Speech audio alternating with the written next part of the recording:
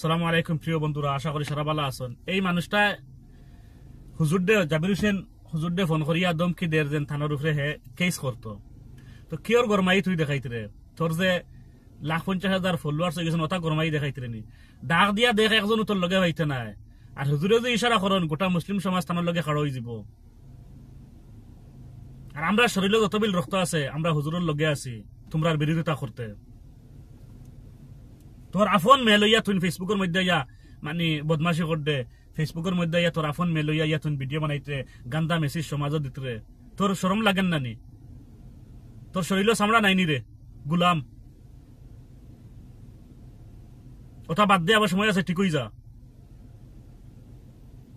আর খাসা বাংলার যে আজার দেখো ইয়ার যে গিয়ে তার ফুড়ি লইয়া ভিডিও বানার বেটা সমাজ গান্দা মেসেজ দের, ইগুরু অগুর প্রতিবাদ না করিয়া তুই হুজুরের প্রতিবাদ করতে ই সাহস তুই খানো পাইলে।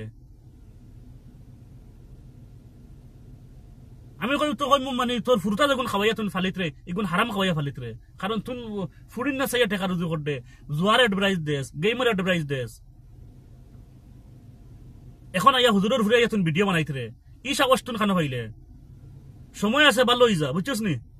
সময় আছে ভালো হয়ে যা। মাঝখানে আইয়া ফুরিন লইয়া কিরা উড়া করলে যেন কোনো ফুরিন তোরে সাপোর্ট করতে না সোশ্যাল মিডিয়াত, কোনো ফুরিন দি ভিডিও বানাইতে নাই। তো এখানে ফুরিন দি ভিডিও বানাস এখন ফিরিয়া, আর এই হাইলাখানের ফুড়িগুলো ইয়া তুই এখানে ভিডিও বানাস।